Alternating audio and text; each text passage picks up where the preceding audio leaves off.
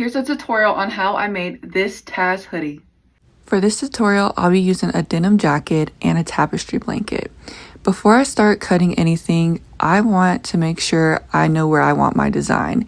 So I double check and then I cut everything out, look at the placing like 50 times before I start pinning anything and cutting.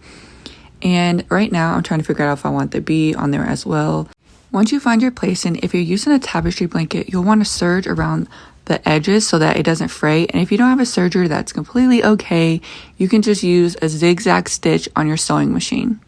Once you're completed with that, you're going to flip your hoodie, jacket, or whatever you're using to the wrong side. You'll then place your piece with the wrong side showing so that we can start pinning.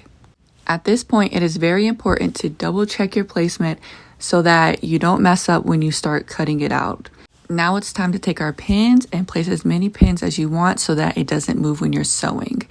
As you can see, I've placed a few pins around the edges, on the center.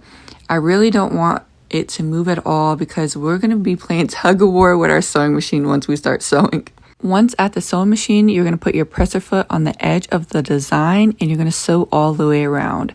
A good tip when you're going around those corners, you'll leave the needle down, put your presser foot up, and you'll be able to move around those edges. This will also help, especially if you're using a hoodie, because at some point it's going to be very hard to move it around because it'll bunch up right at the sewing machine as you see here. Once you're done sewing, we're going to prepare to cut and we're going to take a little pinch so that we can create a small hole to then start cutting. We don't want to go in and just start cutting away because then we can accidentally cut our design. It's important to cut inside of the stitch. Make sure you cut close, but don't cut your stitch and don't cut your design. I also don't recommend cutting how I am. I'm just showing you right here so that you can just see the process.